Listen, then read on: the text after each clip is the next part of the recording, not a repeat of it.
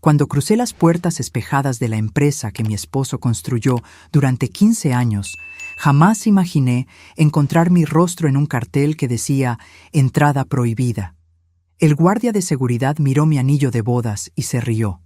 «Señora, conozco muy bien a la esposa del licenciado Montero. Ella viene aquí todos los días y definitivamente no es usted». En ese momento entendí que los últimos 10 años de mi matrimonio habían sido una elaborada mentira. Pero antes de continuar, asegúrate de ya estar suscrito al canal y escribe en los comentarios: ¿desde dónde estás viendo este video? Nos encanta saber hasta dónde están llegando nuestras historias. Mi nombre es Alejandra Guzmán, tengo 62 años y hasta esa tarde de jueves creía conocer a mi esposo Ricardo mejor que a cualquier persona en el mundo. Estuvimos juntos 38 años, casados 25, y compartíamos una vida que yo consideraba feliz, a pesar de las largas horas que él dedicaba a su empresa de tecnología, Montero Tech. Todo comenzó con un impulso inocente. Ricardo había mencionado un almuerzo conmemorativo en la empresa para celebrar el cierre de un contrato importante con una multinacional. Pensé en darle una sorpresa llevándole su pastel favorito, ese de chocolate con nueces que siempre preparé en nuestros aniversarios. Imaginé que sería un gesto apreciado, no solo por él, sino por los empleados que rara vez me veían. El edificio corporativo de Montero Tech era imponente, todo de cristal espejado reflejando el cielo azul de esa tarde. Atravesé el estacionamiento cargando cuidadosamente la caja con el pastel, sintiendo una extraña ansiedad. Visité la empresa pocas veces en los últimos años. Ricardo siempre dijo que prefería mantener el trabajo y la vida personal separados, un límite que ahora me doy cuenta que respeté demasiado. Al entrar al vestíbulo refrigerado, noté inmediatamente algo extraño. Un cartel discreto en la recepción mostraba varias fotos de personas con la inscripción «Acceso restringido». Entre ellas, reconocí mi propio rostro, tomado de una foto nuestra en Cancún hace 3 años. Quedé paralizada, demasiado confundida para procesar lo que estaba viendo. Un guardia de seguridad de mediana edad se acercó, su credencial identificándolo como José Luis. ¿Puedo ayudarla, señora? Sí, vine a ver a Ricardo Montero. Soy Alejandra, su esposa. El hombre me miró con una expresión extraña, frunciendo ligeramente el ceño. Entonces, algo inesperado sucedió. Él se rió. No una risa educada, sino una carcajada genuina de incredulidad. Señora, disculpe, pero conozco muy bien a la esposa del señor Montero. Valeria viene aquí casi todos los días. De hecho, salió a almorzar con él ahora mismo. Sentí que el mundo giraba a mi alrededor. ¿Valeria? ¿Quién demonios era Valeria? Debe haber un error, insistí, mostrando mi anillo de bodas. Estamos casados desde hace 25 años. El guardia pareció genuinamente confundido. Luego sacó una tableta del mostrador de recepción.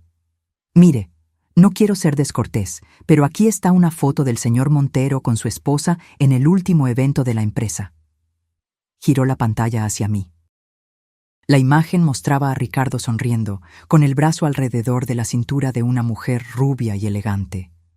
Llevaba un deslumbrante vestido rojo y en el dedo anular izquierdo un anillo idéntico al mío. Le entregué la caja con el pastel al guardia, mis manos temblando incontrolablemente. Cuando regresen, entréguele esto a Ricardo. Dígale que fue Alejandra quien lo trajo. Salí tambaleándome hacia el estacionamiento, apenas pudiendo respirar. Dentro del coche agarré el volante como si fuera lo último sólido en un mundo que acababa de desmoronarse. Lágrimas corrían por mi rostro mientras intentaba comprender lo que acababa de descubrir. 25 años de matrimonio. Tantas noches en las que Ricardo llegó tarde, agotado de reuniones. Los frecuentes congresos de tecnología que lo mantenían fuera por días. Los viajes de negocios que se multiplicaron en los últimos 5 años. Todo ahora cobraba un terrible sentido. Encendí el motor y conduje sin rumbo durante horas, incapaz de regresar a casa. Una casa que ahora parecía solo un elaborado escenario de una obra donde yo era la única que no sabía el guión. Mi teléfono sonó varias veces. Ricardo. Ignoré las llamadas hasta que apareció un mensaje en la pantalla. Alejandra, José Luis de Seguridad me acaba de llamar. Necesitamos hablar. Por favor, encuéntrame en el café cerca de casa. El café. El Cardenal era nuestro lugar favorito, donde Ricardo me pidió matrimonio tantos años atrás. La idea de que eligiera ese lugar para esta conversación me provocó una ola de náuseas. Aún así, conduje hasta allí, movida por una desesperada necesidad de respuestas. Ricardo ya estaba sentado en un rincón discreto cuando llegué. Su rostro, normalmente confiado, parecía abatido, con profundas ojeras. Por un fugaz momento, sentí lástima por él, hasta que recordé que él era el arquitecto de esta traición. «¿Quién es Valeria?», pregunté sin sentarme. Él gesticuló hacia la silla frente a él. «Por favor, siéntate. Puedo explicar». «¿Explicar qué, Ricardo? ¿Que tienes 2 esposas? ¿Que mi foto está en un cartel de prohibida la entrada? ¿Que todo tu equipo sabe sobre esta farsa?» «No es así», comenzó, frotándose la cara con las manos. «Valeria es complicado». «¿Cuánto tiempo?» Mi voz era apenas un susurro. 5 años. 5 años. La mitad de nuestro matrimonio. Tienes una vida entera que yo no conozco. No era una pregunta. Ricardo asintió lentamente. Empecé a trabajar con Valeria cuando nos expandimos a consultoría. Ella era brillante, entendía el negocio. Una cosa llevó a la otra. ¿Y decidiste casarte con ella mientras aún estabas casado conmigo? La incredulidad en mi voz era palpable. No fue exactamente un matrimonio legal. Fue más bien una ceremonia simbólica para su familia. Entonces es bigamia simbólica. ¿Eso debería hacerme sentir mejor? La rabia finalmente comenzaba a reemplazar el shock. Alejandra, yo nunca quise lastimarte. Esas palabras, tan cliché, tan vacías, desataron algo dentro de mí. Una vida entera de confianza rota, de recuerdos que ahora parecían falsos. Me levanté, incapaz de quedarme un minuto más. Me quedaré en casa de mi hermana. No intentes contactarme. Habla con mi abogado. Al salir del café, me sentí extrañamente calmada. El mundo se había derrumbado, pero había una terrible claridad al finalmente entender la verdad. Mientras conducía hacia la casa de Isabel, mi hermana, me di cuenta de que mi vida se había dividido en 2 partes distintas, antes y después de aquel cartel en la recepción de Montero Tech. Lo más devastador no era la traición en sí, era darme cuenta de que había vivido una mentira por tanto tiempo sin sospecharlo jamás. ¿Qué tipo de elaborado teatro había montado Ricardo para mantener 2 vidas separadas durante 5 años? ¿Y quién era yo en toda esta historia? ¿La esposa legítima, pero mantenida en la ignorancia, o solo la primera de sus muchas mentiras? La noche cayó mientras conducía, el cielo oscureciéndose como mis pensamientos.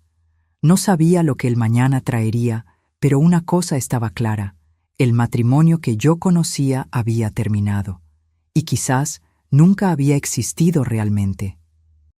Isabel abrió la puerta con una expresión preocupada. Bastó una mirada a mi rostro para que entendiera que algo terrible había sucedido. Sin hacer preguntas, me abrazó y me condujo adentro. «Es Ricardo», logré decir entre sollozos cuando finalmente me senté en su sofá. «Tiene otra familia». Las horas siguientes transcurrieron en una neblina de té fuerte, lágrimas y fragmentos de la historia que pude contar. Isabel, siempre la hermana práctica, escuchó en silencio hasta que terminé. Luego tomó su laptop. «Vamos a descubrir quién es esta mujer», dijo con determinación. Encontrar a Valeria fue sorprendentemente fácil. Mi cuñada falsa tenía presencia activa en redes sociales, sin ninguna preocupación por ocultar su vida. Su perfil mostraba su nombre completo: Valeria Flores Montero. «Usa su apellido», murmuré, sintiendo una nueva ola de dolor. Las fotos contaban una historia que me dejó nauseabunda. Valeria y Ricardo en cenas corporativas. Los dos en viajes que él me dijo que eran de trabajo. Ella usando joyas que reconocí como regalos que Ricardo supuestamente había comprado para mí, pero que se perdieron en la entrega. El golpe final llegó cuando encontramos fotos de una casa, una hermosa casa frente al mar que no reconocí. En la descripción, Valeria escribió: «Finalmente nuestro refugio de fin de semana está listo. Gracias, amor, por el regalo de aniversario perfecto». La fecha de la publicación coincidió con una semana en que Ricardo dijo estar en un congreso en Monterrey. ¿Cómo logró mantener esto oculto por tanto tiempo?, pregunté, más para mí misma que para Isabel. Personas como Ricardo son especialistas en compartimentalizar sus vidas, respondió ella, la rabia evidente en su voz. Alejandra, necesitas consultar a un abogado inmediatamente. A la mañana siguiente, aún aturdida, seguí su consejo. La oficina del licenciado Jorge Ramos era un refugio de tranquilidad en medio del caos de mi vida. El abogado especializado en derecho familiar escuchó mi historia sin juzgar. Señora Guzmán, lo que su esposo hizo puede configurar el delito de bigamia, dependiendo de la naturaleza de su relación con esta otra mujer, explicó tranquilamente. Más importante para sus intereses inmediatos, sin embargo, es proteger su patrimonio. En las horas siguientes, le detallé al licenciado Ramos todo lo que sabía sobre nuestras finanzas.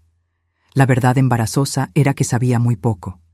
Ricardo siempre se había ocupado de todo, depositando una mesada generosa en mi cuenta mientras gestionaba las inversiones mayores. Confiaba en él completamente, una ingenuidad que ahora me parecía infantil. «Necesitamos actuar rápidamente», dijo el licenciado Ramos. «Es posible que ya esté moviendo activos. Solicitaré medidas cautelares hoy mismo». Al salir de la oficina, mi teléfono sonó de nuevo. «Ricardo, por 10ª vez. Esta vez atendí. Necesitamos hablar sobre los próximos pasos». Su voz sonaba extrañamente compuesta, empresarial. «Estuve con mi abogado. Él contactará al tuyo». Un pesado silencio siguió. «No necesitamos involucrar abogados, Alejandra. Podemos resolver esto como adultos». Su audacia me quitó el aliento. «¿Como adultos? Has estado viviendo una segunda vida durante 5 años, Ricardo. Tienes otra esposa». «Valeria no es legalmente mi esposa», replicó, como si ese fuera el punto principal. «¿Y eso importa? Le compraste una casa mientras me decías que estábamos ahorrando para nuestro futuro. Pasaste días festivos con ella mientras yo me quedaba sola, creyendo que estabas trabajando. Sé que cometí errores». «¿Errores?», interrumpí. «Errores son olvidar aniversarios o comprar el regalo equivocado. Lo que hiciste fue construir una vida entera basada en mentiras». Colgué, temblando de rabia. Al regresar al apartamento de Isabel, encontré 3 mensajes de texto suyos, todos ofreciendo un acuerdo generoso si manteníamos las cosas civilizadas. Al día siguiente, decidí que necesitaba enfrentar la realidad de mi situación. Mientras Isabel estaba en el trabajo, volví a nuestra casa, mi casa, para buscar documentos importantes y algo de ropa. La casa estaba exactamente como la había dejado, casi como si nada hubiera cambiado. Pero todo había cambiado. Cada rincón ahora escondía preguntas. ¿Cuántas veces había llamado Ricardo a Valeria desde este sofá mientras yo preparaba la cena? ¿Cuántos mensajes intercambiados mientras dormíamos lado a lado? En la oficina de Ricardo, encendí su computadora, agradecida por conocer su contraseña, el nombre de su primer perro seguido del año en que nos conocimos. Una contraseña sentimental para un hombre que vivía de mentiras. Los archivos financieros revelaron una historia que el licenciado Ramos había previsto. En los últimos 5 años, grandes sumas habían sido transferidas a cuentas que yo no reconocía. Propiedades compradas a nombre de una empresa de la que nunca oí hablar. Encontré incluso documentos de un fondo educativo para Santiago, un nombre que no significaba nada para mí. Mis manos temblaban cuando encontré una carpeta marcada como familia. Dentro había fotos de Ricardo con Valeria y un niño pequeño, quizás de 3 o 4 años.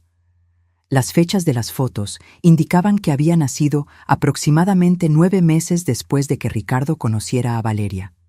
Quedé paralizada, mirando a ese niño pequeño que tenía los mismos ojos castaños de su padre. Ricardo tenía un hijo que mantuvo oculto de mí durante años. Mientras tanto, yo había pasado por 2 tratamientos de fertilización sin éxito, con Ricardo siempre consolándome, diciendo que nuestro momento llegaría.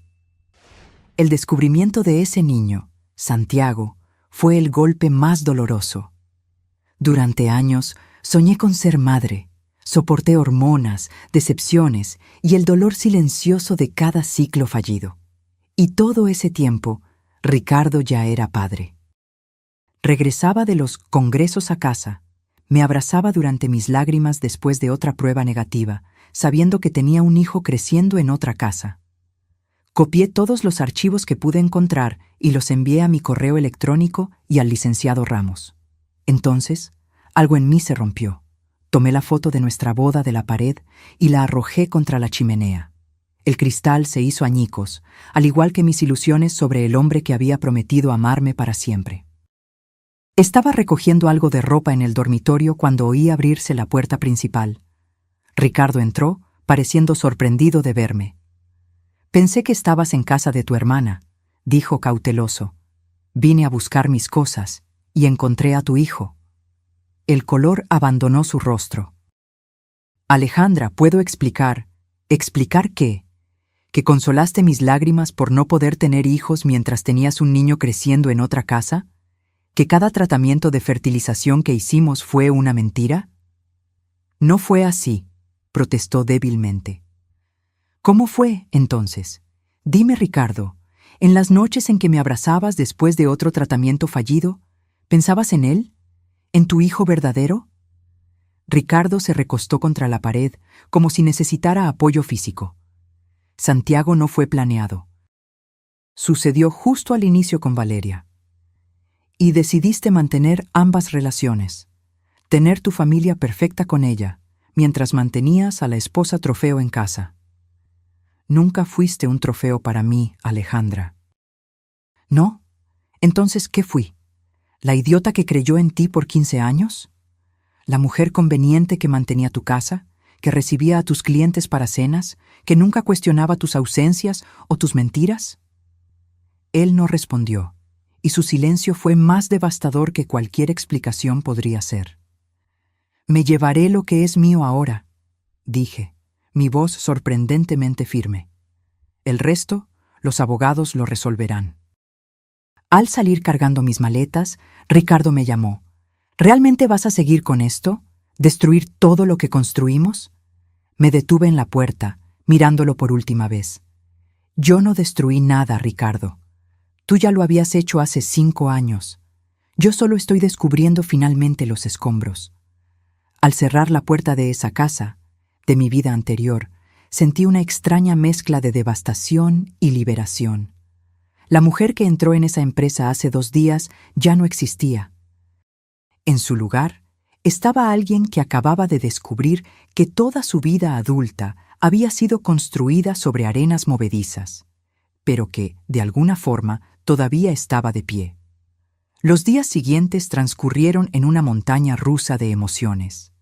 Rabia y tristeza se alternaban con períodos de adormecimiento emocional donde apenas podía levantarme de la cama. Isabel fue mi puerto seguro, alternando entre ofrecerme un hombro para llorar y forzarme a comer, bañarme, a seguir existiendo. «Te está llamando de nuevo», dijo ella, extendiendo mi celular que sonaba por 3ª vez esa mañana. «Puedes contestar y decirle que hable con mi abogado». Isabel tomó el teléfono, pero frunció el ceño al mirar la pantalla. «No es Ricardo, es un número que no conozco». Con reticencia atendí la llamada. «¿Hola? Señora Guzmán, aquí es José Luis, de Seguridad de Montero Tech, el hombre que inadvertidamente reveló la traición de mi esposo. ¿Qué quiere?» «Señora, yo... me siento terrible por lo que pasó. No tenía idea de la situación.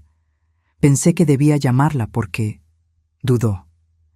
Creo que hay más cosas que usted debería saber. Encontré a José Luis en un café pequeño, lejos de Montero Tech. Parecía nervioso, revisando constantemente la puerta como si temiera ser descubierto. ¿Por qué me está ayudando?, pregunté directamente. Él suspiró profundamente. Mi ex esposa hizo lo mismo conmigo hace 7 años. Cuando lo descubrí, nadie quiso ayudarme. Todos sabían y se quedaron en silencio. José Luis entonces me contó lo que sabía. Valeria no era solo la otra mujer. Ella era la directora financiera de la empresa, contratada por Ricardo hace 5 años. Su relación comenzó casi de inmediato, y el hijo, Santiago, nació al año siguiente. Pero lo que más me preocupa no es la vida personal de ellos, dijo José Luis, bajando la voz. En los últimos 2 años he visto documentación extraña pasando por seguridad. Transferencias grandes a cuentas offshore, reuniones secretas con inversionistas que no aparecen en los registros oficiales. ¿Está sugiriendo que hay algo ilegal sucediendo en la empresa?, pregunté, atónita con este nuevo giro. No estoy seguro, pero algo no se ve bien. Y desde que usted apareció, el señor Montero y la señora Valeria han estado en reuniones cerradas constantemente. Oí mención sobre acelerar el plan. Agradecí a José Luis por la información y volví al apartamento de Isabel, mi mente procesando esta nueva capa de complejidad. Si Ricardo y Valeria estaban involucrados en actividades financieras sospechosas, esto podría explicar el dinero que estaba desviando de nuestras cuentas conjuntas. Llamé inmediatamente al licenciado Ramos y le relaté lo que había descubierto. «Esto cambia nuestra estrategia», dijo él, la preocupación evidente en su voz. «Si hay fraude financiera involucrada, necesitamos actuar aún más rápidamente para proteger sus intereses, y si están planeando huir del país, ¿cree que harían eso? Ya he visto casos así antes. Si están involucrados en actividades ilegales y sienten que están a punto de ser descubiertos, la fuga puede parecer la única opción». Al día siguiente, el licenciado Ramos presentó una solicitud de congelamiento de bienes y presentó al tribunal las evidencias que habíamos reunido sobre las transferencias sospechosas. El juez, convencido de la urgencia, concedió la orden provisional. Ricardo llamó furioso menos de 1 hora después. «¿Qué demonios crees que estás haciendo?», gritó tan pronto como contesté. «Congelaste nuestras cuentas. Hay una empresa entera dependiendo de ese dinero». «Quizás debiste haber pensado en eso antes de transferir millones de pesos a cuentas en el extranjero», respondí tranquilamente. Un silencio pesado siguió. «¿De qué estás hablando?». «No insultes mi inteligencia, Ricardo. Encontré los registros, sé sobre las inversiones fantasma, las transferencias a las Islas Caimán». «No entiendes nada de esto», siseó. «Estás interfiriendo en asuntos que van mucho más allá de nuestro matrimonio». «Tal vez, pero si hay algo ilegal sucediendo, estoy segura de que a las autoridades les interesará». «¿Me estás amenazando?». «Te estoy dando la misma consideración que tú me diste en los últimos 5 años». «Ninguna». Colgué e inmediatamente bloqueé su número. Si quería comunicarse conmigo, tendría que ser a través del licenciado Ramos. Esa noche recibí una visita inesperada. El timbre del apartamento de Isabel sonó cerca de las 9. Cuando abrí, encontré a una mujer elegante en un tailleur impecable. Valeria. «¿Podemos hablar?», preguntó, su voz sorprendentemente suave.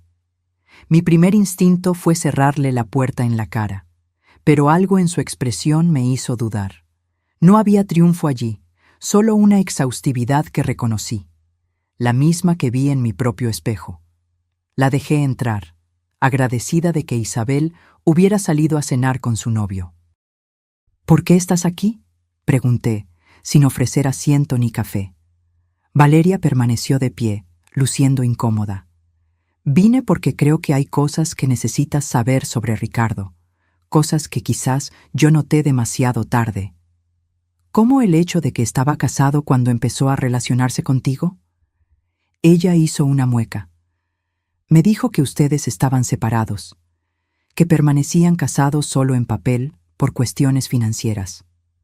La mentira era tan predecible que casi me reí. Claro que dijo eso.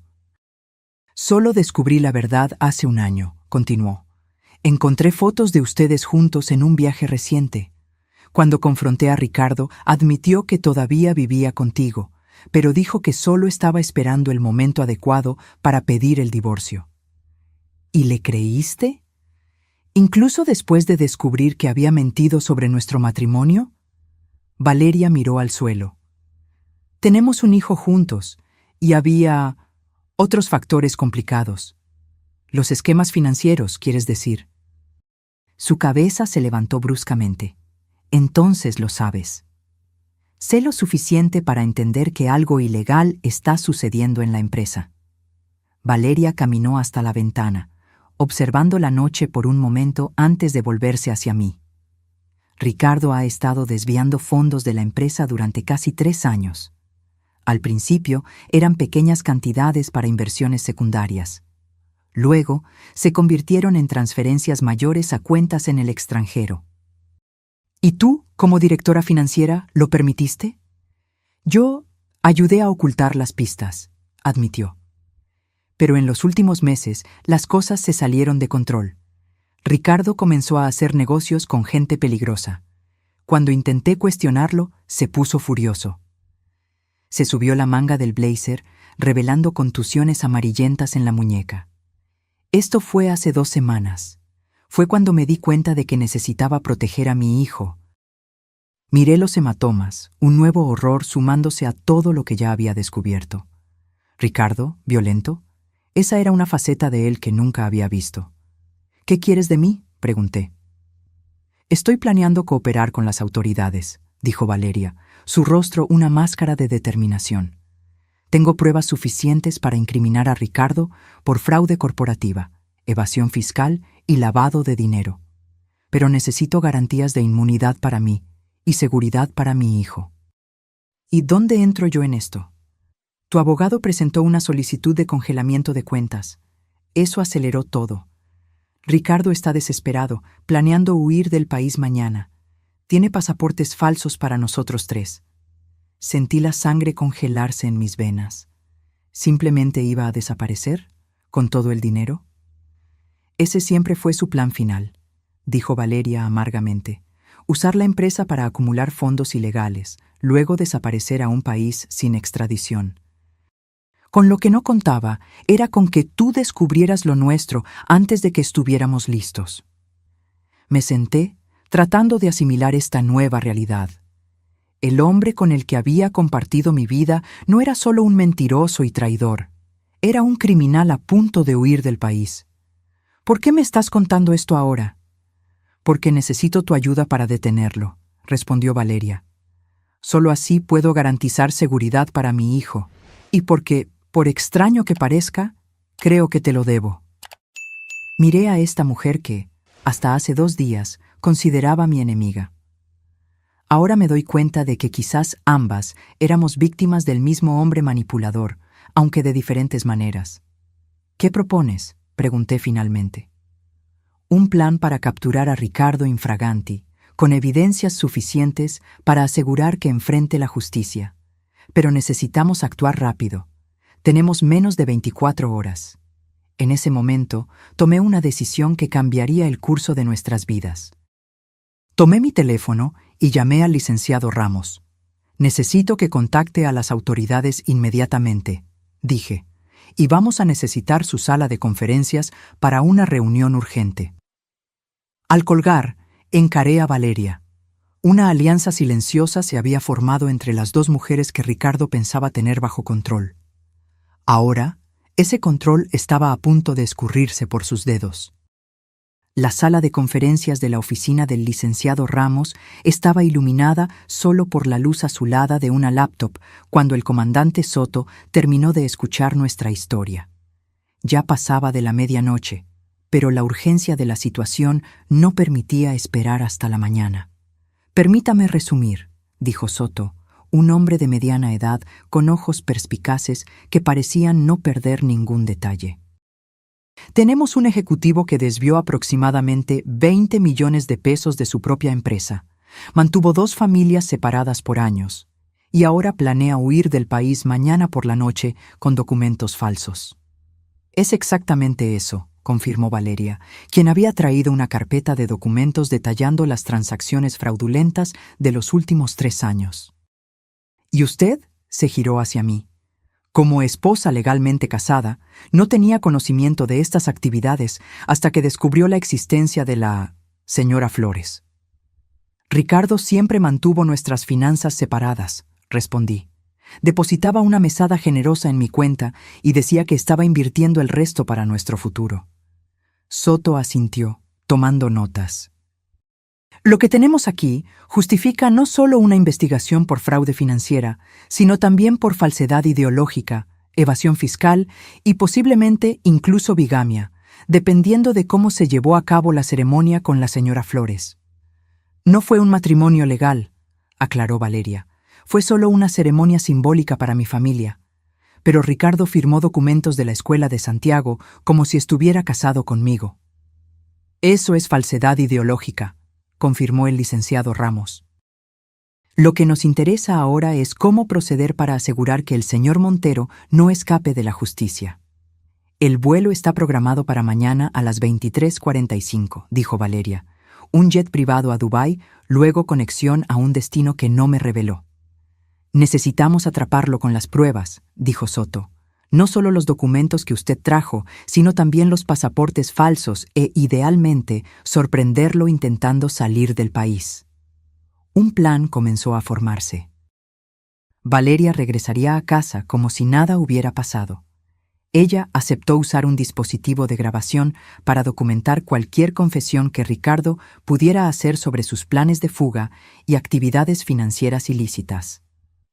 Necesitamos que lo mantenga hablando sobre los detalles del viaje, instruyó Soto.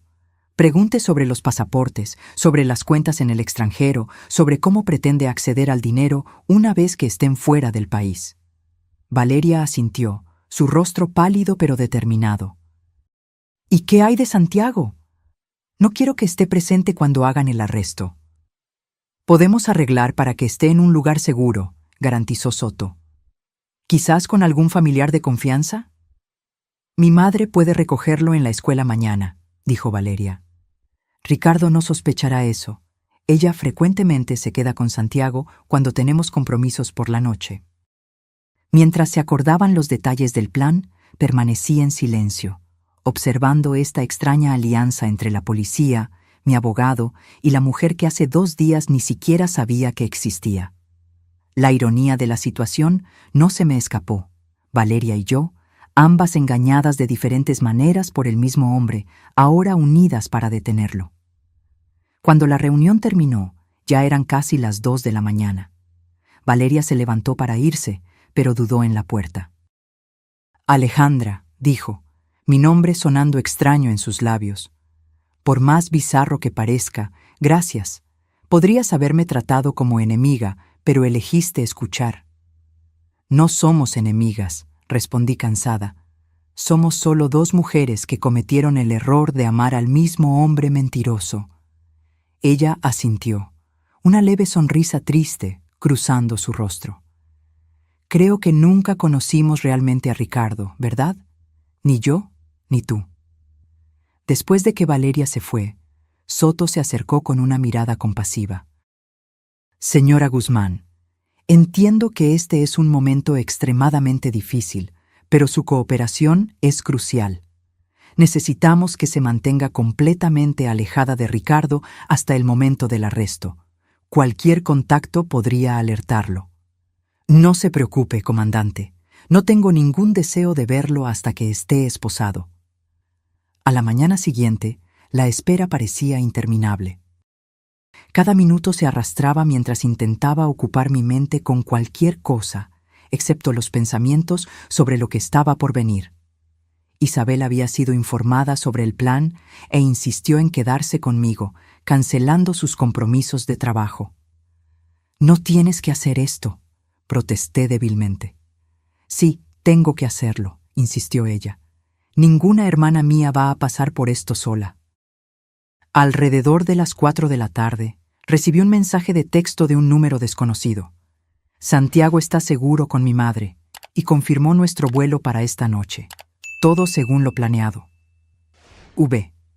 La operación estaba en curso. Valeria había logrado poner a su hijo a salvo y Ricardo no sospechaba nada. Ahora era solo cuestión de tiempo. A las 6 de la tarde, Soto llamó con actualizaciones. La policía tenía equipos posicionados en el aeropuerto ejecutivo de Toluca desde donde partiría el jet. Otro equipo seguiría a Ricardo y Valeria desde su casa hasta allí. Todo estaba listo. Nos gustaría que usted estuviera presente en el momento del arresto, dijo Soto. Como la esposa legal y una de las principales víctimas, su presencia fortalece el caso. La idea de presenciar la caída de Ricardo me provocó sentimientos conflictivos. Una parte de mí quería estar lo más lejos posible. Otra parte necesitaba ver su rostro cuando se diera cuenta de que su castillo de naipes se había derrumbado. Estaré allí, confirmé. A las 22:30, un coche de policía camuflado me recogió en el apartamento de Isabel. El comandante Soto estaba al volante, con otro policía en el asiento del pasajero. Tenemos confirmación de que están saliendo de casa, informó Soto mientras conducía. 2 agentes reportan que Ricardo está cargando 3 maletas grandes en el coche, además de un maletín que probablemente contiene los documentos y pasaportes. Llegamos al pequeño aeropuerto privado en las afueras de la ciudad por una entrada secundaria. La noche estaba clara, estrellas salpicando el cielo oscuro, en un contraste surreal con el drama humano que estaba a punto de desarrollarse. Soto me posicionó en una sala de observación con vista a la pista. Cuando lleguen, déjenos hacer la aproximación inicial. Después de que la situación esté bajo control, la llamaremos, señora. Asentí en silencio, mi corazón martilleando tan fuerte que parecía que todos podían oírlo. Alrededor de las 23:15, las luces delanteras de un coche aparecieron en la entrada del aeropuerto. La camioneta negra de Ricardo avanzó lentamente hacia el hangar donde un elegante jet esperaba, sus luces de navegación ya encendidas. Observé a través del cristal cómo Ricardo salía del coche, mirando su reloj con impaciencia. Estaba vestido formalmente, como si fuera a una reunión de negocios y no huyendo como un criminal. Valeria salió del lado del pasajero, su lenguaje corporal tenso mientras miraba nerviosamente a su alrededor. Un asistente de tierra se acercó para ayudar con las maletas, pero antes de que pudiera alcanzarlas, varias patrullas de policía surgieron de diferentes direcciones, rodeando el vehículo. Soto y su equipo salieron rápidamente, armas en mano. Ricardo Montero. La voz de Soto se amplificó a través de un megáfono. Está detenido bajo sospecha de fraude financiera, falsedad ideológica e intento de fuga del país. Mantenga las manos donde podamos verlas y no haga movimientos bruscos. Incluso a la distancia, pude ver la transformación en el rostro de Ricardo, del shock al pánico, luego a la comprensión cuando su mirada se fijó en Valeria. La traición estaba clara en sus ojos, pero había algo casi cómico en la indignación de un hombre que había traicionado a todos a su alrededor durante años, ahora furioso por haber sido engañado.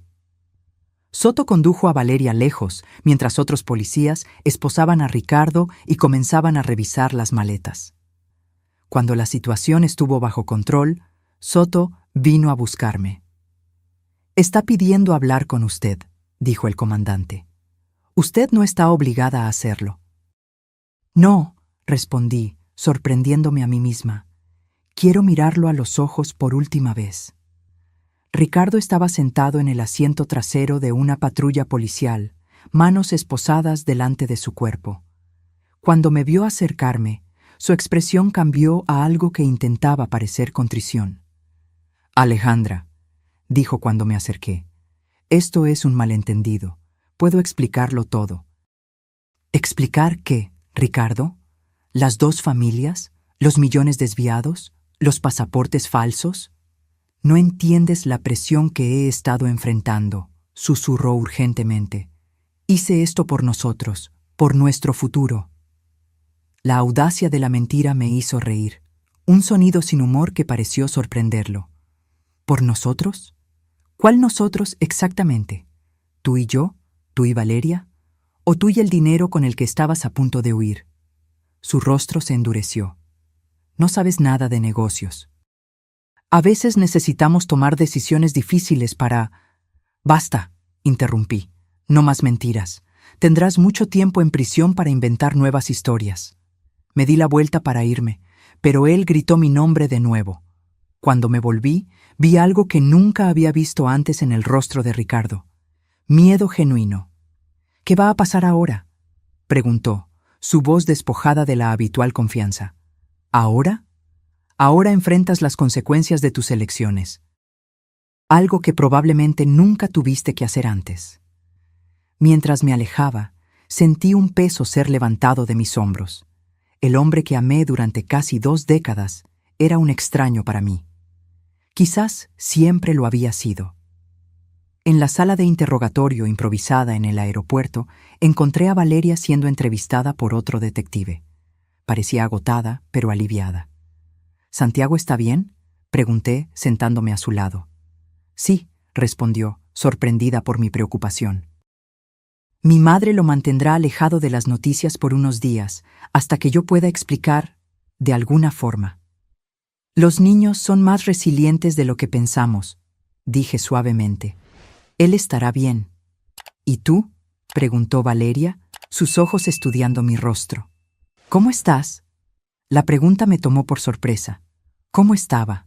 Traicionada, usada, engañada durante años, pero también, extrañamente, libre.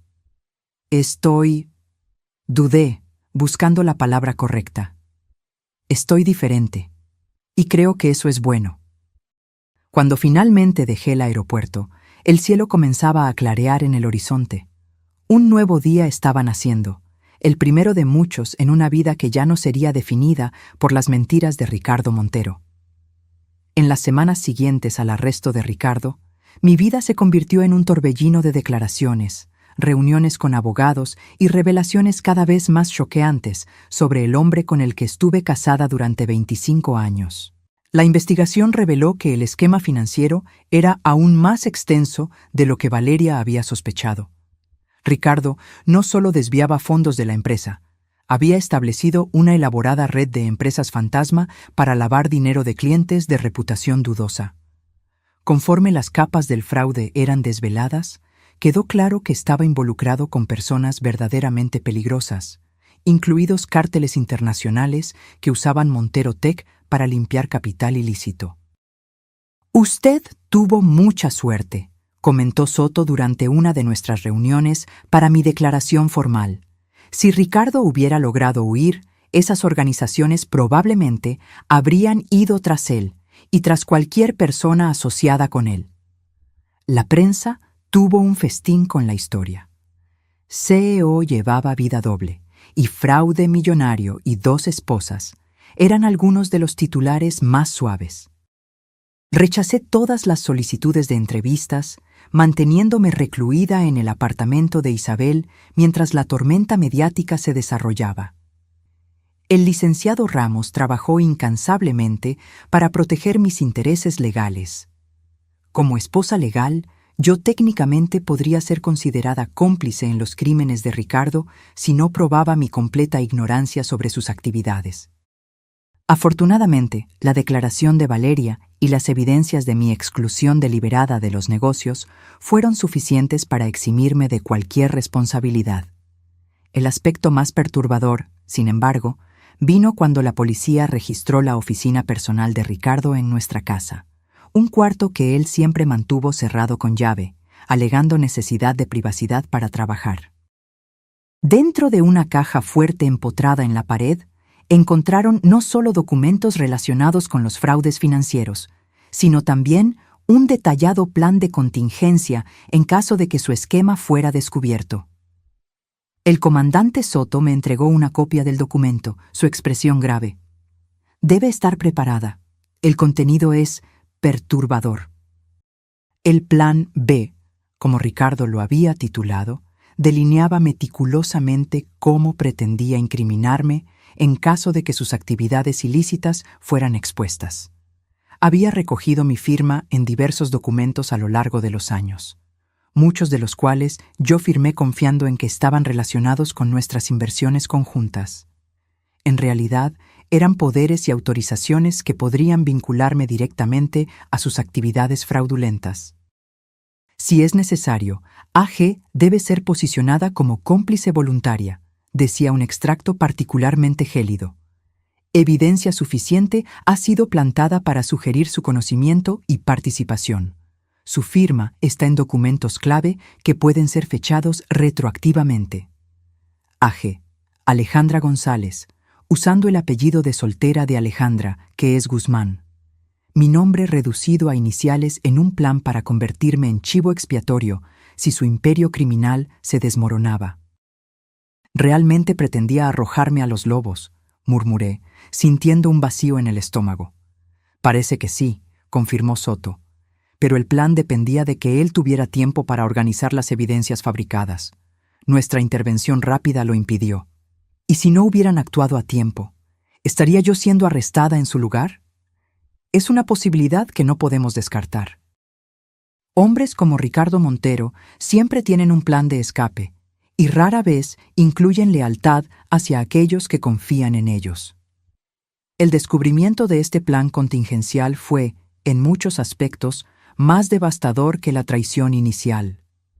Una cosa era descubrir que mi esposo tenía otra familia, otra completamente diferente era darme cuenta de que estaba dispuesto a enviarme a prisión para salvar su propio pellejo. En una tarde particularmente difícil, después de otra exhaustiva reunión con los investigadores, recibí una llamada inesperada. Alejandra, soy Valeria. Estoy en la cafetería cerca de tu oficina de abogados. ¿Podemos hablar? La primera conversación real con Valeria, sin la presión de la crisis inmediata o la presencia de abogados y policías, fue extrañamente liberadora. Sentadas en una mesa de rincón, dos mujeres tomando café, parecíamos solo amigas encontrándose, no dos personas cuyas vidas habían sido devastadas por el mismo hombre. Santiago pregunta por su padre, dijo ella, mirando su taza. No sé qué decirle. ¿Cuántos años tiene de nuevo? 4. Demasiado mayor para no notar la ausencia de su padre, demasiado joven para entender la verdad.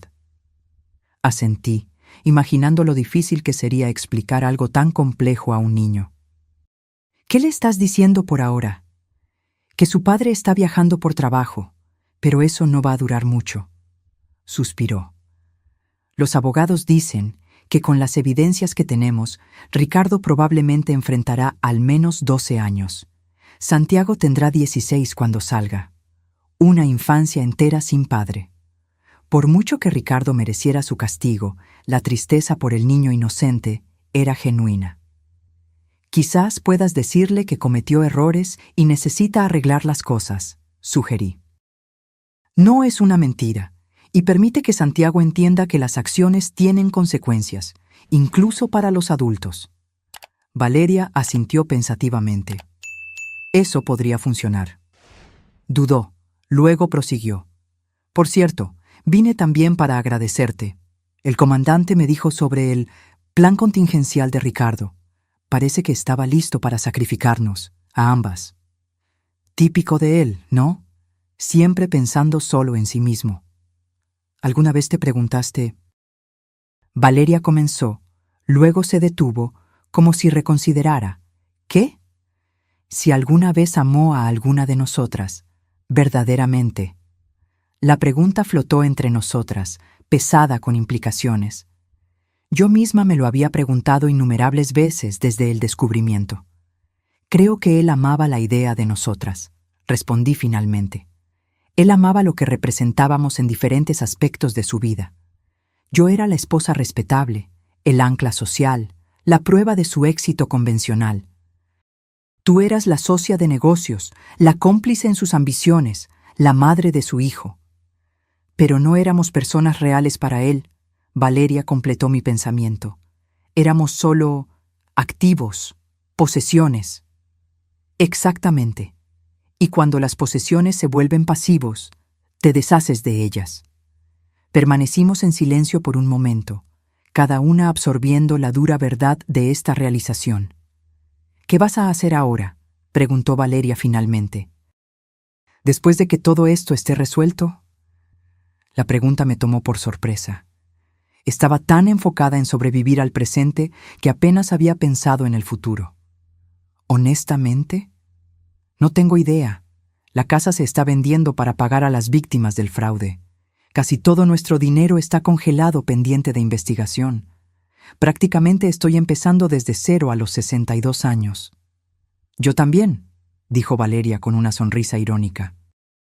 Aunque el acuerdo de inmunidad me salvó de la cárcel, mi carrera en el área financiera está efectivamente acabada. ¿Quién contrataría a una exdirectora financiera implicada en un fraude multimillonario, aunque sea como informante? Al menos tienes a Santiago, observé, un asomo de envidia sorprendiéndome. Él da un propósito para empezar de nuevo. Valeria estudió mi rostro. ¿Siempre quisiste hijos? Sí, admití. Hicimos tratamientos de fertilización que no funcionaron. Ahora entiendo por qué Ricardo no parecía tan devastado como yo con los fallos. Él ya tenía un hijo. Él nunca demostró interés en tener más hijos conmigo, dijo Valeria. Siempre que mencionaba darle un hermano o hermana a Santiago, cambiaba de tema. Típico, un hijo para exhibir era suficiente. Más niños significarían más complicaciones para su doble vida. Terminamos nuestro café con una extraña sensación de camaradería. Dos mujeres que deberían ser enemigas, encontrando consuelo en la comprensión compartida de cómo habían sido engañadas por el mismo hombre. Al despedirnos, Valeria dudó.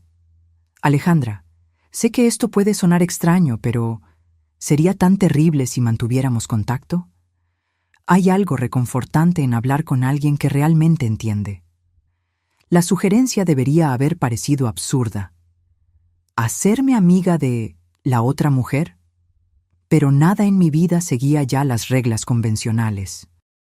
Creo que me gustaría eso, respondí, sorprendiéndome a mí misma con la sinceridad de la respuesta. De camino de vuelta al apartamento de Isabel, reflexioné sobre cómo la vida puede cambiar tan drásticamente en tan poco tiempo. Hace 3 semanas, yo era Alejandra Montero, esposa dedicada de un CEO exitoso, viviendo en una hermosa casa y creyendo tener un matrimonio sólido. Ahora era Alejandra Guzmán de nuevo. Había decidido volver a mi apellido de soltera, prácticamente sin hogar, con un futuro financiero incierto y el matrimonio expuesto como una elaborada farsa. Aún así, había algo liberador en enfrentar la verdad, por dolorosa que fuera. Las mentiras de Ricardo habían sido confortables en su ignorancia, pero la realidad, incluso siendo brutal, ofrecía la oportunidad de construir algo genuino. Cuando llegué al apartamento, Isabel había salido, dejando una nota en el refrigerador. Correspondencia para ti en la mesa. Parece importante. El sobre era de la oficina del licenciado Ramos. Dentro, un documento oficial me informaba que el tribunal había autorizado una mesada temporal de las cuentas congeladas de Ricardo para mi subsistencia básica mientras el caso se desarrollaba.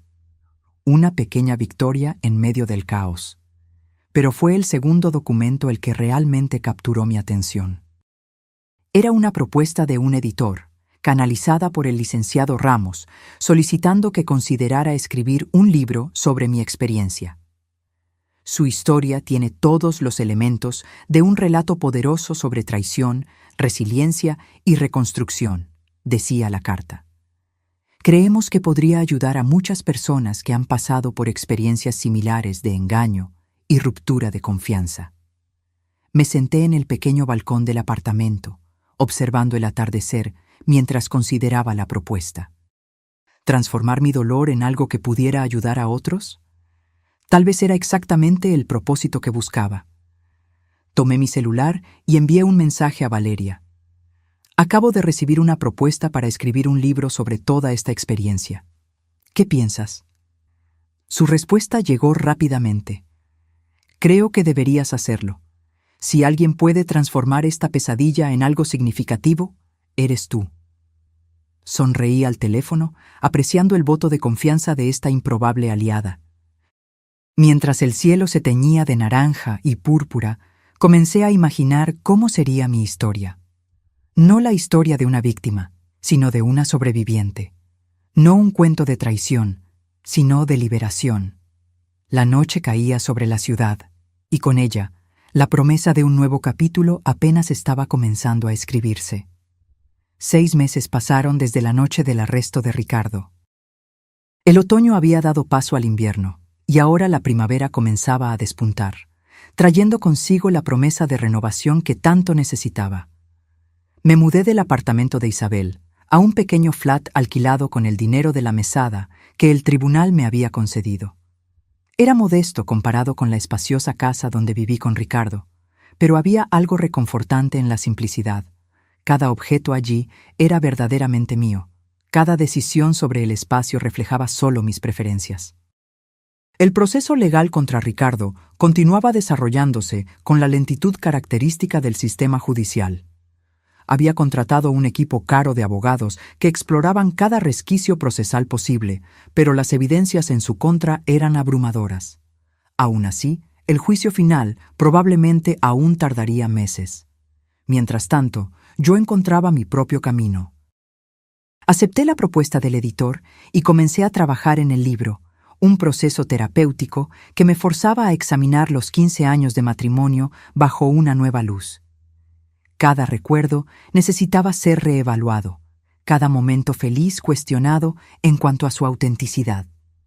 En una tarde soleada de abril, me senté en un café al aire libre con mi laptop, trabajando en un capítulo particularmente difícil sobre los tratamientos de fertilización. Estaba tan absorta que no noté inmediatamente cuando alguien se detuvo al lado de mi mesa. ¿Alejandra? Levanté los ojos y vi a Valeria, con Santiago de la mano. El niño tenía los mismos ojos castaños de su padre, pero su expresión abierta y curiosa era completamente diferente a la calculadora de Ricardo. «Valeria, qué sorpresa», dije, cerrando mi laptop. «Y este debe ser Santiago». El niño me miró con interés. «¿Conocías a mi papá?» La pregunta inocente me tomó por sorpresa. Miré a Valeria, quien asintió levemente, como dándome permiso. «Sí, Santiago. Conocía a tu papá muy bien. Él hizo cosas malas», dijo Santiago con la franqueza directa de los niños. «Mamá dijo que por eso está ausente, para arreglar sus errores». «Tu mamá tiene razón», respondí cuidadosamente. «A veces los adultos cometen errores y necesitan lidiar con las consecuencias. ¿Como cuando rompo un juguete y tengo que quedarme sin él?» Sonreí, admirando la simplicidad de la analogía. «Algo así, sí, solo que a mayor escala». Valeria parecía aliviada con mi respuesta.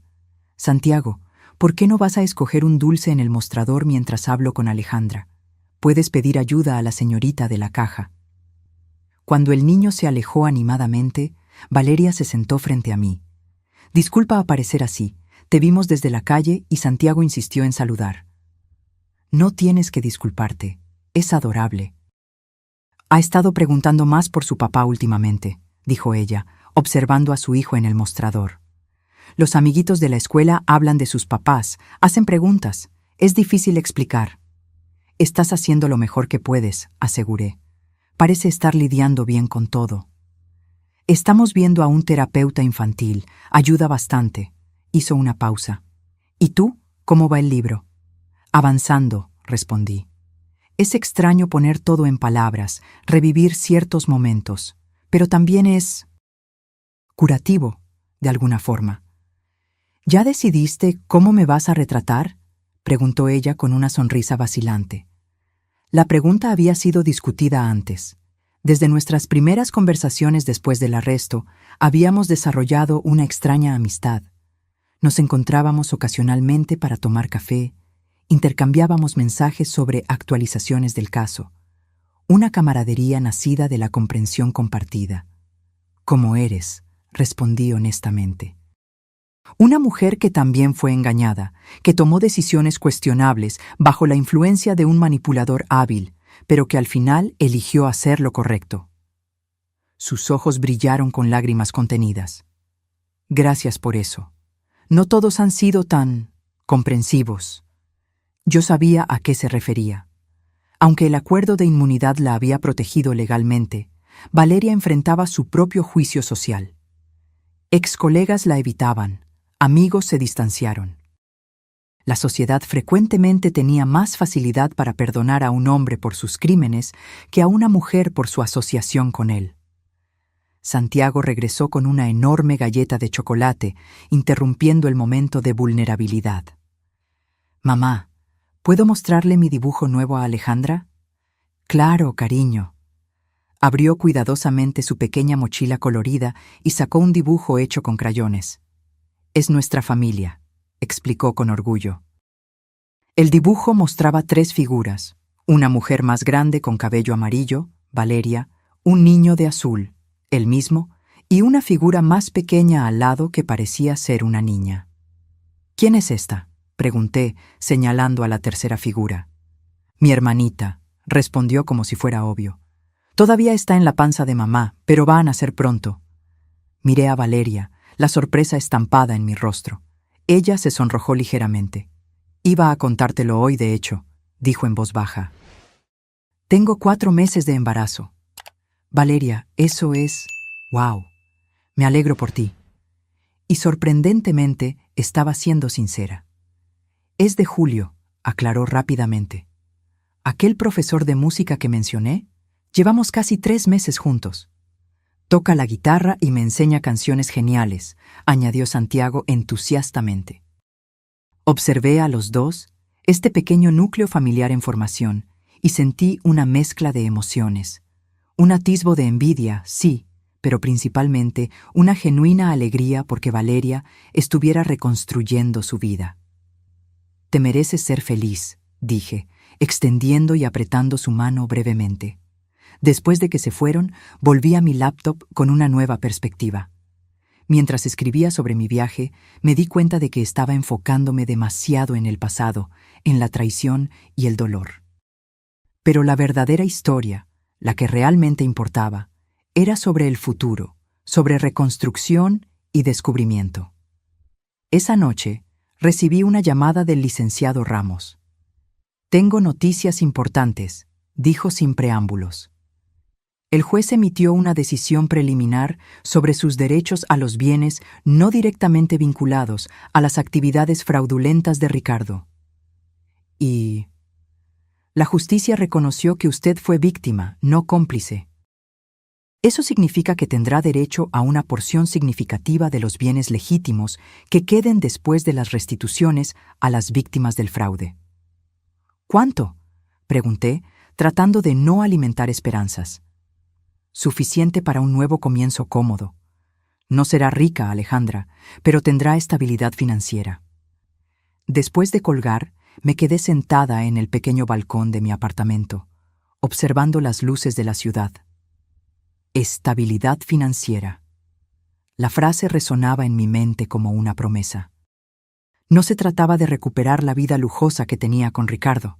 Ya ni siquiera deseaba eso. Se trataba de tener los recursos para construir algo nuevo, algo genuinamente mío. A la mañana siguiente, impulsada por una energía renovada, hice algo que había estado posponiendo durante meses. Visité la clínica de fertilidad donde Ricardo y yo habíamos hecho tratamiento. La doctora Sofía Rivas, especialista que nos acompañó durante el proceso, pareció sorprendida de verme. «Alejandra, qué bueno verte. Lamento mucho todo lo que pasaste. Vi las noticias». «Gracias, doctora. De hecho, vine a hacer algunas preguntas sobre nuestros tratamientos anteriores». Ella frunció el ceño, confundida. «Claro. ¿Qué te gustaría saber? ¿Los tratamientos realmente fallaron por cuestiones biológicas o... ¿había algo más?» La médica me miró con expresión intrigada, como si intentara descifrar el verdadero significado de mi pregunta. «¿Qué estás preguntando exactamente, Alejandra?» Respiré profundamente, reuniendo valor para exponer mis sospechas. «Doctora, después de descubrir tantas mentiras, comencé a cuestionar todo. Ricardo tuvo un hijo con otra mujer mientras hacíamos tratamiento aquí. Necesito saber si nuestros tratamientos realmente fallaron naturalmente o si él los saboteó de alguna forma». La doctora Rivas palideció y su mirada vaciló por un momento. Ese breve desvío de ojos me dio la respuesta antes incluso de que hablara. Alejandra, eso es una acusación muy seria. No es una acusación, doctora, es una pregunta, y su reacción ya me dice algo. Ella suspiró profundamente e indicó que me sentara. Después de unos momentos de silencio, pareció tomar una decisión ética difícil. Hace aproximadamente 4 años, Ricardo me buscó en privado. Dijo que estaba preocupado por el estrés que los tratamientos te causaban y quería verificar su propia contribución al proceso. Hizo una pausa. Él solicitó que sus espermatozoides fueran analizados por separado, sin tu conocimiento. ¿Y? Los resultados fueron perfectamente normales. Más que eso, el conteo y la motilidad estaban por encima del promedio. No había ninguna razón biológica de su parte para la dificultad de concepción. ¿Y en los intentos siguientes? La médica dudó visiblemente. Por favor, doctora, necesito saber la verdad. Después de esa consulta privada, Ricardo pasó a solicitar que tomáramos ciertos cuidados especiales. Dijo que ustedes habían conversado y decidido disminuir las posibilidades por unos meses más mientras te recuperabas emocionalmente. El shock me atravesó como una corriente eléctrica. Nunca tuve esa conversación con él. Temí que fuera eso, admitió, pareciendo genuinamente angustiada. Él incluso falsificó tu firma en un formulario de consentimiento. En ese momento no lo cuestioné porque parecía plausible. Muchas parejas piden una pausa sin abandonar completamente el proceso. ¿Qué exactamente les pidió que hicieran? Solicitó que redujéramos la dosis hormonal y alteráramos el timing de la inseminación para momentos menos favorables del ciclo. Ella me miró con ojos pesados de culpa. Alejandra, si yo hubiera sospechado que no estabas consciente de esto... Levanté la mano, interrumpiéndola. No podía respirar bien. Ricardo había saboteado deliberadamente mis posibilidades de ser madre mientras tenía un hijo creciendo en otra casa. Las noches que pasé llorando en sus brazos después de cada resultado negativo, el consuelo que él ofrecía mientras yo cuestionaba mi propia capacidad de engendrar vida, todo era parte de un teatro cruel. ¿Por qué? Susurré, más para mí misma que para la médica. ¿Por qué hacer eso? No puedo responder eso, dijo la doctora Rivas suavemente. Pero como médica que ha visto muchas dinámicas familiares complejas, puedo decir que algunos hombres como tu ex esposo prefieren mantener sus vidas en compartimentos separados. Un hijo en cada relación representaría un puente indeseado entre esos mundos. Me senté en silencio, absorbiendo el impacto de esta nueva traición. Cuando finalmente hablé, mi voz sonaba extrañamente calmada. Doctora, mis exámenes siempre mostraron que yo era perfectamente capaz de concebir, ¿no es así? Sí, tus óvulos eran saludables, tu útero receptivo. No había razón médica para que no quedaras embarazada con el tratamiento adecuado. ¿Y ahora, a los 62 años, aún sería posible? Ella me estudió por un momento, comprendiendo el peso de la pregunta. La fertilidad disminuye con la edad, como sabes. Pero estás en excelente salud, y tus exámenes anteriores eran muy favorables. Con el tratamiento apropiado, definitivamente hay posibilidades. Salí de la clínica con una mezcla de emociones tan intensas que apenas podía identificarlas individualmente. Rabia, tristeza, traición, pero también, sorprendentemente, esperanza. La posibilidad que creía haber perdido para siempre aún existía, aunque más tenue. En los días siguientes, reexaminé mis opciones con una claridad que no tenía en años. La decisión de intentar ser madre sola a los 62 años no era simple, pero el conocimiento de que Ricardo me había negado activamente esa elección fortaleció mi resolución. En una mañana de mayo, exactamente 7 meses después del descubrimiento inicial en Montero Tech, recibí una llamada inesperada. «Señora Guzmán, aquí es José Luis de Seguridad. ¿Me recuerda?» El hombre que inadvertidamente reveló toda la verdad. «Claro que recuerdo, José Luis». «¿Cómo va?» «Bien. Considerando las circunstancias, la empresa está pasando por una reestructuración completa después de todo lo que pasó. Hizo una pausa. De hecho, estoy llamando porque encontré algo que puede ser de su interés. Explicó que durante la limpieza de un área de almacenamiento raramente usada en el edificio de la empresa, descubrió una caja con mi nombre. Parece contener artículos personales, fotografías antiguas, algunos documentos. Pensé que le gustaría saber. Al día siguiente, encontré a José Luis en el café cerca de la antigua Montero Tech. Él cargaba una caja de cartón desgastada que entregó con una sonrisa solidaria. Espero que ayude de alguna forma. Dentro de la caja, encontré fragmentos de mi pasado que Ricardo había escondido a lo largo de los años. Álbumes de familia que yo creía perdidos durante una mudanza. Cartas de mis padres fallecidos que nunca llegué a leer. Una colección de recuerdos que él sistemáticamente removió de nuestra casa, alegando pérdidas o daños accidentales. Pero el artículo que hizo que mi corazón se detuviera fue un sobre amarillento dirigido a mí con la letra de mi madre, fallecida hace 8 años. La fecha en la esquina mostraba que había sido enviado un mes antes de su muerte, pero yo nunca lo había recibido. Con manos temblorosas, abrí el sobre y encontré una carta y una pequeña llave antigua. Mi querida Alejandra, comenzaba la carta. Como conversamos en tu última visita, estoy enviando la llave de la caja fuerte de la familia. Tu padre siempre quiso que tuvieras acceso a los ahorros de una vida cuando llegara el momento adecuado. Ahora que tanto Pablo como yo estamos enfrentando problemas de salud, creo prudente asegurar que tengas esto en tus manos.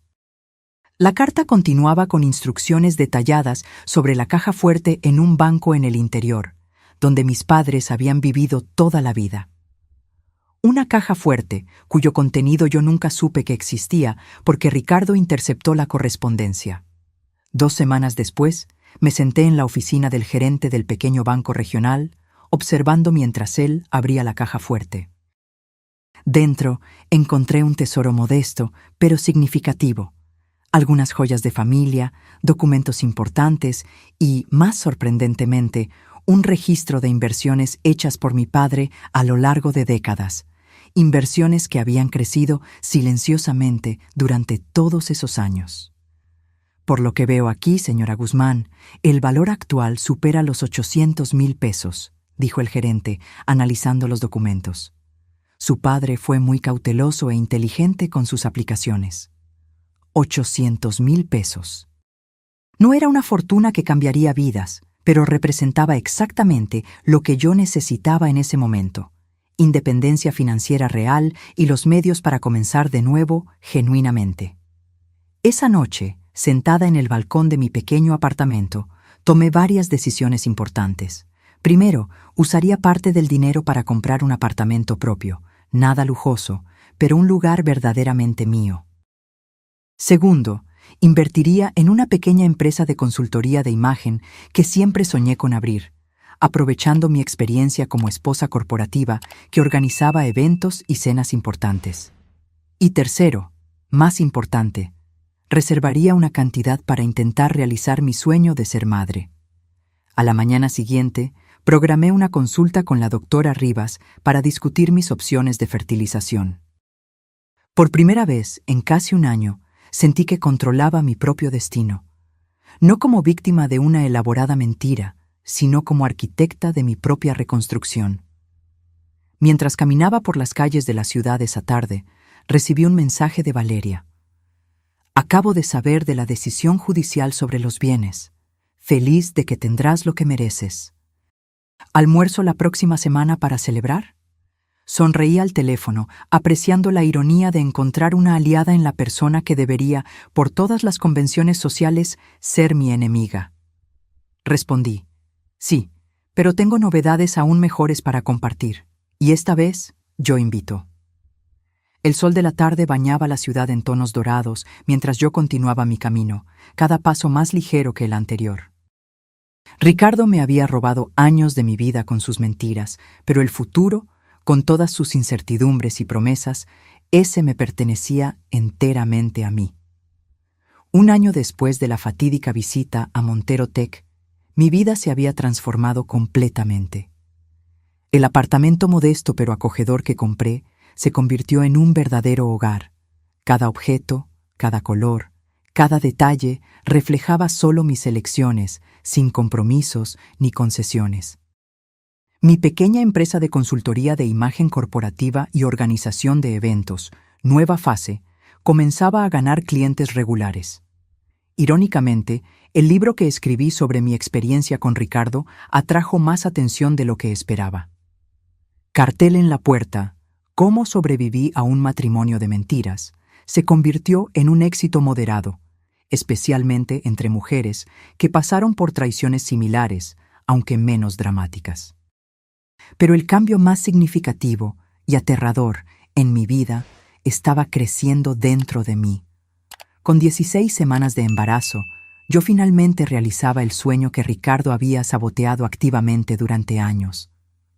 ¿Cómo te sientes hoy?, preguntó Carolina, mi terapeuta, durante nuestra sesión semanal. ¿Física o emocionalmente?, respondí con una pequeña sonrisa, acariciando la barriga aún poco visible. Ambos. Físicamente, mejor. Las náuseas finalmente disminuyeron. Emocionalmente. Dudé, buscando las palabras correctas. Es complicado. Estoy extremadamente feliz, pero también tengo momentos de pánico absoluto pensando en criar a una niña sola. Carolina asintió comprensivamente. ¿Qué es lo que más te preocupa de ser madre soltera? ¿Todo? Reí nerviosamente. Desde cuestiones prácticas como equilibrar trabajo y maternidad, hasta preocupaciones más profundas sobre cómo explicar la ausencia del padre cuando ella sea mayor. Yo había optado por fertilización con donante anónimo después de largas consideraciones. La decisión no fue fácil, pero la idea de tener un hombre permanentemente conectado a mi vida a través de un niño, incluso si solo biológicamente, parecía demasiado complicada después de todo lo que viví con Ricardo. Has creado una red de apoyo sólida, observó Carolina. Tu hermana, tus amigos, incluso tu improbable amistad con Valeria. Sonreí al pensar en Valeria, que ahora estaba con 7 meses de embarazo. Nuestra conexión había evolucionado a una amistad genuina, unidas por la experiencia compartida y por el viaje simultáneo hacia la maternidad, aunque en circunstancias muy diferentes. Es verdad, pero todavía tengo pesadillas donde Ricardo aparece exigiendo algún tipo de conexión con mi hija, alegando que, de alguna forma, ella también es responsabilidad suya. ¿Incluso desde la cárcel? Ricardo había sido condenado a 12 años por sus fraudes financieras. El juicio había sido un espectáculo mediático que yo seguía a distancia, negándome a asistir personalmente, excepto cuando mi testimonio fue absolutamente necesario. Es irracional, lo sé. Él no tiene ningún derecho legal sobre mi hija. Pero después de descubrir tantas manipulaciones, es difícil no temer que encuentre alguna manera de interferir en mi vida de nuevo. El miedo tiene sentido considerando tu experiencia, dijo Carolina. Pero recuerda, ya no eres la misma mujer que él manipulaba tan fácilmente. Reconstruiste tu vida en tus propios términos. Salí de la terapia reflexionando sobre esa verdad. La Alejandra que existía antes del descubrimiento de la traición parecía una extraña ahora, demasiado confiada, demasiado ingenua, demasiado definida por su papel como esposa de. Esa tarde me encontré con Valeria para nuestro ahora tradicional té semanal. Ella llegó al café con Santiago, que ahora tenía 5 años y estaba extremadamente emocionado con la idea de tener una hermanita pronto. «¡Tía Alejandra!», exclamó al verme, corriendo a abrazarme con la espontaneidad que solo los niños poseen. «Mamá dijo que tú también vas a tener un bebé». «Es verdad, Santiago», confirmé, sonriendo ante su entusiasmo. «Una niña». «Como mi hermana, pueden ser amigas». Valeria y yo intercambiamos miradas divertidas sobre su inocencia. Nuestros bebés, conectados por la extraña coincidencia de haber sido engañadas por el mismo hombre, ¿sería el destino riéndose de nosotras u ofreciendo algún tipo de redención? «Julio te envía saludos», dijo Valeria, refiriéndose al profesor de música con quien estaba comprometida ahora. Está organizando el cuarto del bebé hoy. ¿Cómo van los preparativos para la boda? Sencillos y discretos, exactamente como queremos, solo familia cercana y algunos amigos. Dudó, luego añadió: esperamos que vengas. La idea de asistir a la boda de Valeria con Julio todavía parecía surreal, pero de manera reconfortante.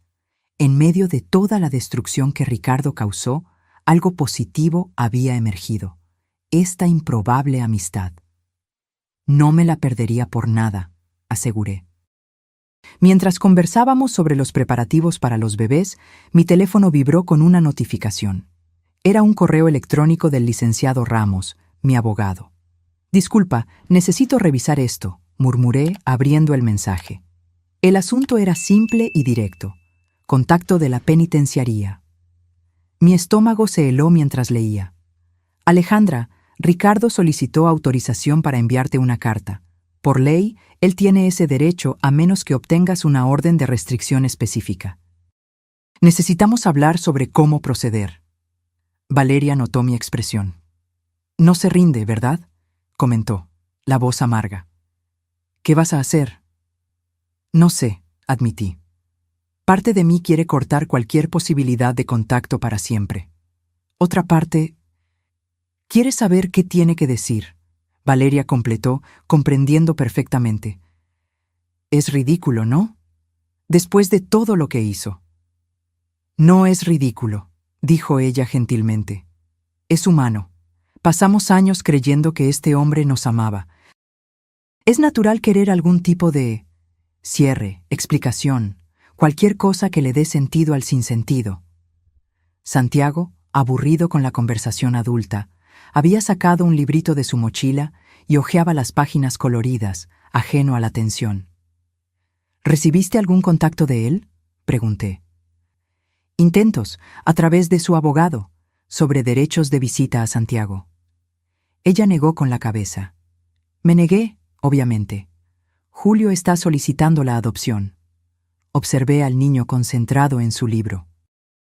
Apenas recordaba a su padre ahora, y pronto tendría un nuevo padre oficialmente, uno que realmente estaría presente, que lo amaría sin una agenda oculta. Quizás deba leer lo que tiene que decir, decidí finalmente. Una última vez, para cerrar este capítulo de una vez. 2 días después llegó una carta. El sobre simple tenía el sello de la penitenciaría estatal, y mi nombre y dirección escritos con la letra familiar de Ricardo. La coloqué sobre la mesa de la cocina y me quedé mirándola durante casi 1 hora, incapaz de reunir valor para abrirla. Finalmente, con una taza de té al lado para calmarme, abrí el sobre. «Alejandra», comenzaba sin ningún saludo formal. «Primero, sé que ninguna disculpa sería suficiente, así que no te insultaré ofreciéndote una. Lo que hice va más allá de la traición conyugal. Manipulé y mentí sobre aspectos fundamentales de tu vida durante años. No hay perdón para eso. Estoy escribiendo porque supe a través de mi abogado que estás embarazada. Felicidades. Sé cuánto siempre quisiste ser madre. También sé, a través del proceso judicial, que descubriste que yo saboteé activamente tus tratamientos de fertilidad. Probablemente te preguntas por qué. La verdad es dolorosamente simple y egoísta. No quería complicaciones. Un hijo contigo significaría un vínculo permanente que dificultaría mi doble vida. Ya era complejo administrar 2 familias separadas. Hijos en ambos lados lo harían casi imposible. En cuanto a Santiago, él no fue planeado. Cuando Valeria quedó embarazada, consideré brevemente terminar esa relación, pero la oportunidad de expandir mis negocios a través de la conexión con su familia era demasiado valiosa para desperdiciarla. Entonces me adapté. Estoy escribiendo no para pedir perdón, sino para que entiendas que nada de lo que sucedió fue culpa tuya. Tú no dejaste de notar señales o debiste haber sabido. Soy excepcionalmente bueno mintiendo. Es un talento que cultivé desde la infancia para sobrevivir a un hogar abusivo. Probablemente nunca más querrás saber de mí, y lo respetaré. Esta es mi última comunicación, a menos que indiques lo contrario. Ricardo. Releí la carta varias veces, buscando ¿Qué? ¿Remordimiento genuino? ¿Algún indicio de que el hombre que amé durante 25 años realmente existió? No encontré nada de eso. Solo la misma frialdad calculadora, ahora disfrazada de honestidad brutal. Ni siquiera preguntó cómo estaba yo. No mostró preocupación por el impacto emocional de sus acciones. Incluso esta supuesta confesión era sobre él. Su habilidad para mentir, sus decisiones estratégicas, sus motivos egoístas. Con una claridad sorprendente, me di cuenta de que finalmente estaba libre. No solo legalmente divorciada o físicamente separada, sino emocionalmente desvinculada de este hombre que nunca realmente conocí. Tomé la carta y caminé hasta la pequeña chimenea decorativa de mi apartamento. Con un fósforo, transformé las palabras de Ricardo en cenizas, observando cómo los bordes del papel se curvaban y oscurecían hasta que nada quedaba más que fragmentos carbonizados. «Este es nuestro cierre», dije en voz alta para el apartamento vacío, una mano reposando protectoramente sobre mi vientre. Él ya no tiene poder sobre nosotras. Esa noche, acostada en la cama, sentí los primeros movimientos suaves del bebé. Solo un ligero temblor, como alas de mariposa. Lágrimas rodaron por mi rostro, pero por primera vez en mucho tiempo, eran lágrimas de pura alegría. «Somos solo nosotras ahora, Regina», susurré a mi hija aún no nacida, el nombre elegido por su significado, sabiduría. Y eso es más que suficiente. 3 semanas después, participé en la pequeña e íntima boda de Valeria y Julio en un jardín soleado. Santiago, orgulloso en su pequeño traje, llevó los anillos. Valeria, radiante en un sencillo vestido color marfil que acomodaba su barriga de 8 meses, parecía finalmente en paz. Durante la recepción, mientras observaba a la pareja bailando lentamente, Isabel se acercó con una copa de jugo. «Aún me sorprende verte aquí», comentó mi hermana, «en la boda de la examante de tu ex esposo». Reí suavemente. La vida es extraña. ¿Quién diría que encontraría una amiga verdadera a través de tanta mentira? «¿Estás bien?», preguntó Isabel, su mirada analizando mi rostro con la preocupación de siempre. «Lo estoy», respondí, y me di cuenta de que era verdad. No solo bien, sino completa. Como si finalmente hubiera encontrado mi camino después de años siguiendo un mapa dibujado por otra persona. Isabel sonrió y apretó mi mano. «Estoy orgullosa de ti, ¿sabes? Muchas personas se habrían perdido completamente después de lo que pasaste». «Hubo momentos en que casi me pierdo», admití, pero entonces recordaba que su historia no tiene por qué definir la mía. Esa noche, de vuelta en mi apartamento, me senté en el balcón observando la ciudad iluminada. Hace un año había descubierto que toda mi vida se basaba en una elaborada mentira. Perdí mi matrimonio, mi casa, mi seguridad financiera y mi identidad como esposa de Ricardo Montero. Pero en el proceso de reconstrucción descubrí algo mucho más valioso: mi propia voz, mis propias elecciones, mi capacidad de definir quién quería ser sin referencia a otra persona. La pequeña empresa prosperaba, el libro seguía vendiéndose bien, y en pocos meses Regina llegaría, transformándome en madre, el papel que más deseaba y que Ricardo intentó negarme. Había cicatrices, claro, momentos de desconfianza cuando conocía gente nueva, pesadillas ocasionales donde me veía de nuevo en aquel vestíbulo corporativo, mirando mi propio rostro en un cartel de «Entrada prohibida». La terapia continuaría siendo parte de mi vida por mucho tiempo. Pero las heridas estaban cicatrizando limpiamente ahora, sin la infección constante de la duda y de la traición activa. La liberación no vino de olvidar lo que Ricardo hizo, sino de aceptar que sucedió y elegir, conscientemente, seguir adelante, no como víctima, sino como sobreviviente. Mientras el bebé se movía suavemente dentro de mí, sonreí al cielo estrellado. El cartel que me barrió de la vida de Ricardo resultó ser, irónicamente, el portal hacia mi verdadera libertad. Regina nació en una madrugada de otoño, después de 16 horas de trabajo de parto. Cuando finalmente la puse en mis brazos, pequeña, sonrosada e indignada con el mundo que acababa de encontrar, todos los dolores e incertidumbres de los últimos 2 años parecieron desaparecer momentáneamente. «Hola, mi amor», susurré, maravillada con sus diminutos dedos y el finísimo cabello oscuro que cubría su cabeza. «Te he estado esperando por tanto tiempo». Isabel, que permaneció a mi lado durante todo el parto, lloraba silenciosamente en el rincón del cuarto. «Es perfecta, Alejandra». «Lo es, ¿verdad? Completamente perfecta». Los primeros meses con Regina fueron un torbellino de noches sin dormir, descubrimientos diarios y una felicidad agotadora que nunca había experimentado antes. La maternidad soltera tenía sus desafíos innegables, pero también sus libertades únicas. Cada decisión sobre mi hija, desde su nombre hasta el color de la cuna, era enteramente mía, sin necesidad de compromisos o concesiones. Valeria dio a luz a su hija, Luisa, solo 3 semanas después de Regina. Nuestros bebés parecían sincronizados desde el inicio, alcanzando hitos similares casi simultáneamente para nuestra mutua diversión. En una tarde soleada, cuando las niñas tenían casi 6 meses, nos sentamos en el parque observándolas acostadas en una manta colorida, fascinadas con las hojas que bailaban sobre sus cabecitas. «A veces todavía me pregunto qué pensaría Ricardo si nos viera así», comentó Valeria, ajustando el sombrero de Luisa para protegerla del sol. «Probablemente tendría un ataque de pánico viendo sus 2 mundos cuidadosamente separados mezclándose tan completamente», respondí con una sonrisa irónica. «Santiago preguntó por él anoche», dijo Valeria suavemente. «Vio una foto antigua y lo reconoció». «¿Qué le dijiste?»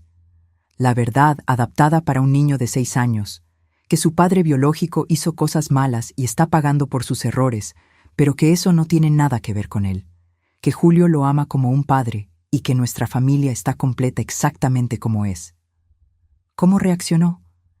«Sorprendentemente bien. Preguntó si podía visitar a Ricardo algún día cuando fuera mayor. Dije que sí, si todavía quiere cuando tenga edad suficiente para entenderlo todo». Observé a Santiago jugando en el tobogán cercano, su risa resonando en el parque. Era un niño feliz, adaptable y claramente amado. La ausencia de Ricardo en su vida parecía más una bendición que una privación. «¿Y tú?», preguntó Valeria. «¿Ya pensaste en cómo le vas a explicar a Regina cuando sea mayor?». La pregunta me perseguía desde que descubrí el embarazo. ¿Cómo explicarle a una niña que fue concebida a través de un donante anónimo, porque su madre había sido tan profundamente traicionada que no podía confiar en ningún hombre lo suficiente como para compartir ese viaje? «También le contaré la verdad, de forma adecuada a su edad», respondí, «que fue muy deseada y planeada, que elegí traerla al mundo sola porque quería darle todo mi amor a ella, sin complicaciones, que su camino para existir fue diferente, pero igualmente válido». Regina se rió a carcajadas en ese momento, como si aprobara mi respuesta, sus pequeños puños agitándose con entusiasmo hacia una mariposa que pasó volando. La vida encontró su ritmo, diferente a todo lo que yo había planeado, pero sorprendentemente satisfactoria. La consultoría crecía constantemente, permitiéndome trabajar principalmente desde casa, organizando mis horarios en torno a las necesidades de Regina. El libro continuaba vendiéndose bien, y ocasionalmente era invitada a dar conferencias sobre resiliencia y nuevos comienzos, algo que nunca imaginé hacer. En una mañana de primavera, cuando Regina estaba a punto de cumplir 1 año, recibí una llamada del licenciado Ramos. «Buenos días, Alejandra. Espero no estar llamando muy temprano». «De ninguna manera. Regina y yo somos madrugadoras». «Tengo noticias importantes sobre Ricardo», dijo él, su tono indicando que el asunto era delicado. «Está solicitando libertad condicional anticipada por buen comportamiento y cooperación con otras investigaciones». Sentí una ola de aprensión. ¿Después de solo 2 años? ¿Es posible? Improbable, pero no imposible. Aparentemente, proporcionó información valiosa sobre esquemas financieros mayores en los que estaba marginalmente involucrado. El Ministerio Público está recomendando reducción de pena. ¿Qué significa eso para mí? Legalmente, nada ha cambiado. La orden de restricción permanece válida y sus derechos están protegidos. Pero pensé que deberías saberlo, en caso de que sea liberado en los próximos meses. Agradecí por la información y colgué, mirando a Regina, que jugaba alegremente en su corralito. La idea de Ricardo libre, posiblemente en la misma ciudad, me perturbó más de lo que me gustaría admitir. Esa noche, después de acostar a Regina, me senté en el balcón con una copa de vino, contemplando este nuevo giro. La posibilidad de encontrarme con Ricardo casualmente en la calle o en algún restaurante me dejaba ansiosa. No por miedo físico, yo no creía que fuera violento, sino por el impacto emocional. Tomé mi teléfono y llamé a Carolina, mi terapeuta. Creo que necesito una sesión extra esta semana, dije cuando ella atendió. Ricardo puede obtener libertad condicional pronto. ¿Cómo te sientes al respecto?, preguntó ella, directa como siempre. Confusa. Creí que lo había superado, que ya no tenía poder sobre mí, pero la simple mención de su posible liberación me dejó ansiosa. Tener una reacción emocional no significa que no lo superaste, Alejandra. Solo significa que eres humana. Lo importante es cómo eliges lidiar con esa reacción. En los días siguientes, busqué evaluar cuidadosamente mis sentimientos sobre la posible liberación de Ricardo. En una sesión prolongada con Carolina, exploré mis miedos y preocupaciones. Lo que realmente me asusta, confesé, no es tanto encontrarlo, sino cómo reaccionaría yo. ¿Y si me doy cuenta de que todavía hay vestigios de sentimientos? ¿Y si todo el progreso que hice es solo superficial? Alejandra, tener sentimientos complejos no invalida tu progreso. Carolina respondió. Pasaste 15 años amando a un hombre que, a pesar de todo, ocupó un espacio importante en tu vida. La cicatrización emocional rara vez es lineal o completa. Pero no quiero que él tenga ningún poder sobre mí, ni siquiera el poder de dejarme ansiosa. Carolina sonrió gentilmente. Desafortunadamente, no podemos controlar nuestras reacciones emocionales iniciales. Solo podemos elegir conscientemente cómo respondemos a ellas. Tener miedo no significa debilidad. Significa que estás siendo honesta contigo misma sobre tus vulnerabilidades. Sus palabras me reconfortaron, pero la ansiedad persistía. Decidí que necesitaba prepararme emocionalmente para la posibilidad de un encuentro, en lugar de temer indefinidamente. 3 meses después, recibí la noticia. La solicitud de Ricardo había sido parcialmente concedida. Sería transferido a arresto domiciliario bajo monitoreo electrónico después de cumplir 6 meses más de reclusión. Cuando lo supe, llamé a Valeria. ¿Escuchaste?, pregunté cuando atendió. Sí, su abogado se puso en contacto por Santiago. Su voz sonaba controlada, pero tensa. Aparentemente, Ricardo planea solicitar visitas supervisadas tan pronto como esté en arresto domiciliario. ¿Cómo te sientes al respecto? Hubo una larga pausa. En conflicto. Jurídicamente, no puedo negarle el derecho de ver a su hijo, a menos que pruebe que sería perjudicial para Santiago. Por otro lado, no confiamos en él ni para cruzar la calle, completé, arrancándole una risa corta. Exacto. Julio es el padre que Santiago conoce y ama ahora. Me preocupa la confusión que esto pueda causar. ¿Vas a hablar con Santiago sobre ello? Tendré que hacerlo. Preferimos ser honestos con él, dentro de lo apropiado para su edad. Suspiró. ¿Y tú? ¿Te preocupa que Ricardo vuelva a circular? Lo estoy, admití. No es que crea que intentaría algo, pero la simple idea de encontrarlo me deja incómoda. Comprensible, pero recuerda, ya no eres la mujer que él conoció. Eres más fuerte ahora. Sus palabras resonaron conmigo mientras colgaba. Era verdad. Yo ya no era la Alejandra ingenua y confiada que creía ciegamente en su esposo. Me había reconstruido, ladrillo a ladrillo, en una mujer que confiaba principalmente en sí misma. El primer cumpleaños de Regina llegó en medio de estas preocupaciones, trayendo una alegría que alejó temporalmente las sombras. Organicé una pequeña fiesta en el jardín del condominio, con Isabel, Valeria y su familia, y algunos amigos cercanos. Ver a mi hija riendo e intentando dar sus primeros pasos inseguros, el rostro embadurnado de pastel, fue el mejor antídoto para la ansiedad. Para alguien que temía la maternidad soltera, te está yendo increíblemente bien, comentó Isabel mientras observábamos a Regina jugando con Luisa y Santiago. ¿Quién lo diría, verdad? Quizás necesitaba hacer esto sola, sin compromisos, sin intentar agradar a nadie más que a ella. Siempre fuiste más fuerte de lo que creías, mi hermana dijo, abrazándome por los hombros. Ricardo solo lo opacaba. En ese momento, mirando a mi pequeña familia improvisada, mi hija, mi hermana, amigos que se volvieron tan cercanos como parientes, sentí una ola de gratitud inesperada. La traición de Ricardo había destruido la vida que yo pensaba querer, solo para abrir espacio a la vida que realmente necesitaba.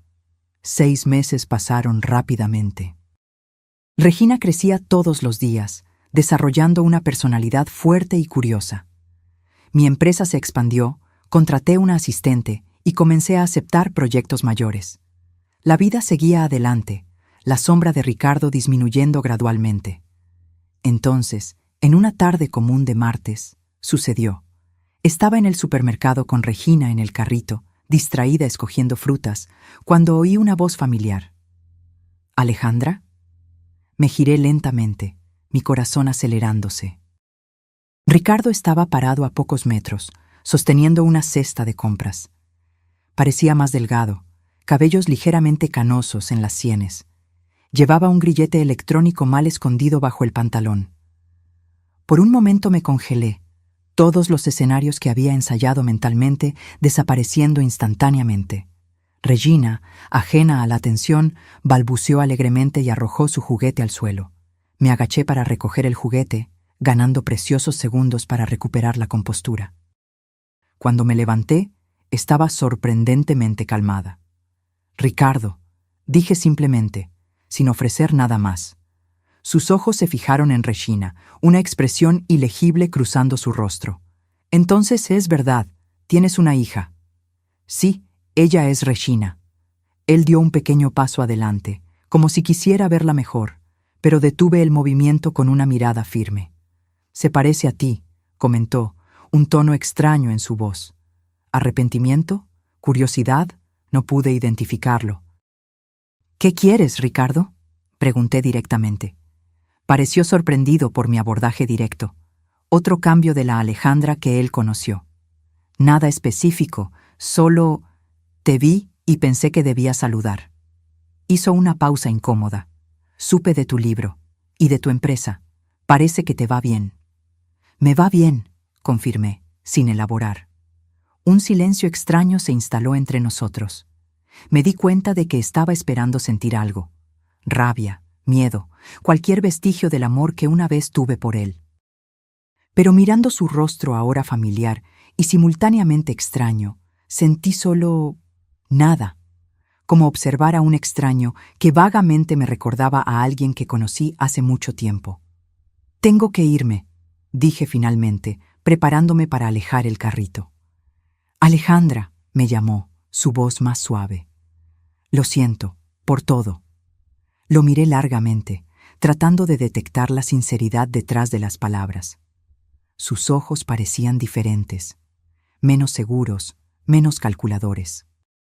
La cárcel había cambiado algo en él, pero ya no me importaba lo suficiente como para descubrir exactamente qué. Yo también lo sentí mucho, Ricardo, por mucho tiempo, pero ya no lo siento. Giré el carrito y continué mis compras, consciente de su mirada en mi espalda, pero sintiéndome extrañamente ligera. El encuentro que tanto temí había sucedido y nada se rompió. El mundo no se derrumbó. Yo no me derrumbé. En el coche, Después de acomodar a Regina en su sillita, me permití un momento para procesar lo que había sucedido. No fueron las palabras intercambiadas lo que importó, ni siquiera verlo de nuevo. Lo que realmente importó fue darme cuenta de que se había vuelto irrelevante para mi vida. Esa noche, después de acostar a Regina, me senté a escribir el epílogo de mi libro, que estaba siendo preparado para una segunda edición. Las palabras fluyeron fácilmente. Hoy encontré al hombre que un día creí que era el amor de mi vida, el hombre cuyas mentiras casi me destruyeron. Esperé por este momento con ansiedad, temiendo que pudiera sacudir los nuevos cimientos que tan cuidadosamente construí. Pero cuando finalmente sucedió, descubrí una verdad sorprendente. Él ya no tenía poder sobre mí. No porque yo había superado completamente el dolor o porque había alcanzado algún estado perfecto de curación emocional, sino porque me había reconstruido tan completamente que él simplemente ya no encajaba en ningún espacio de mi vida. Cuando su nombre fue barrado en la recepción de su empresa, ese día fatídico hace 2 años, perdí todo lo que pensaba que definía mi vida. Mi matrimonio, mi identidad como esposa, mi seguridad financiera, mi confianza en mi propio juicio. Pero en esa pérdida devastadora encontré algo mucho más valioso: la libertad para redescubrir quién soy cuando no estoy viviendo en las sombras de mentiras ajenas. El coraje para construir una vida enteramente mía, en mis propios términos. Hoy, mirando a mi hija durmiendo pacíficamente, a mi hogar modesto pero verdaderamente mío, al trabajo que construí con mis propias manos, me doy cuenta de que la traición que debería haberme destruido terminó siendo el portal hacia mi verdadera vida. No estoy agradecida por lo que él hizo. La crueldad calculadora merece solo desprecio. Pero estoy profundamente agradecida por lo que encontré después. La fuerza que no sabía que tenía, la resiliencia que nunca necesité probar, y la capacidad de construir felicidad en mis propios términos. El cartel que me prohibió entrar en la vida falsa que él construyó resultó ser la puerta que me condujo a la vida auténtica que yo merecía. Y por eso, irónicamente, encontré una libertad que nunca habría conocido si sus mentiras hubieran permanecido intactas. 5 años han pasado desde entonces. Regina ahora es una niña vívida y curiosa de 6 años, comenzando a hacer preguntas sobre por qué no tiene un papá como algunas de sus amigas. Respondo con verdades simples, apropiadas a su edad, prometiéndome a mí misma que nunca construiré nuestra vida sobre mentiras, no importa cuán confortables puedan parecer. Mi empresa creció más allá de las expectativas iniciales, y recientemente compré un apartamento más grande con un pequeño jardín donde Regina puede jugar. Estoy saliendo desde hace casi 1 año, un profesor de historia que conocí en una feria literaria donde presenté mi segundo libro. Pablo es amable, paciente y honesto, cualidades que ahora valoro mucho más que el encanto o la ambición. Valeria y Julio ahora tienen 3 hijos, incluyendo un niño adoptado recientemente. Santiago, ahora de 11 años, ocasionalmente visita a Ricardo bajo supervisión, pero las visitas son cada vez más raras conforme sus intereses se dirigen a la música, los deportes y los amigos. La vida que Valeria construyó con Julio resultó ser más real y satisfactoria que cualquier fantasía que Ricardo vendió. En cuanto a Ricardo, oigo noticias ocasionales. Completó su sentencia en arresto domiciliario y ahora trabaja como consultor para una pequeña empresa, una caída significativa del imperio que una vez comandó. Supe que se casó de nuevo recientemente. Espero, por el bien de ella, que haya aprendido alguna lección sobre honestidad. Pero esas noticias son solo curiosidades pasajeras en una vida que sigue completamente independiente de la suya. La mujer que un día definió toda su identidad como esposa de Ricardo, ahora apenas piensa en él, excepto cuando Regina hace preguntas específicas. La semana pasada, mientras ordenaba algunos documentos antiguos, encontré el anillo de bodas que había guardado hacía tanto tiempo. Miré el círculo dorado que un día representó tanto, promesas, sueños, una vida entera compartida, y sentí solo una distante nostalgia, como quien mira una fotografía descolorida de un lugar que visitó hace mucho tiempo. Lo coloqué en una pequeña caja junto con otros recuerdos del pasado, ni para exhibir ni para ocultar, solo para guardar como un capítulo concluido de una historia mucho más larga y rica de lo que jamás imaginé que sería posible escribir. Algunas cicatrices permanecen, claro. Todavía tengo momentos de duda al confiar en nuevas relaciones. Todavía verifico todo 2 veces. Todavía hago preguntas difíciles. Todavía mantengo los ojos abiertos donde antes prefería mantenerlos cómodamente cerrados. Pero estas no son debilidades. Son sabiduría duramente conquistada. Cuando Regina me preguntó recientemente qué quería ser cuando era pequeña, sonreí al darme cuenta de que finalmente me había convertido exactamente en quien debía ser. No el personaje secundario en la historia de otra persona, sino la protagonista de mi propia jornada. No definida por traiciones sufridas, sino por la fuerza encontrada para superarlas. El cartel que vi ese día, con mi rostro y las palabras "entrada prohibida", debería haber sido el final de mi historia. En cambio, fue solo el comienzo. Ahora, si te gustó esta historia, haz clic en suscribirte y dime en los comentarios qué parte te dejó con la boca abierta. Y no olvides hacerte miembro para tener acceso a videos exclusivos que no publico aquí. Te espero allí.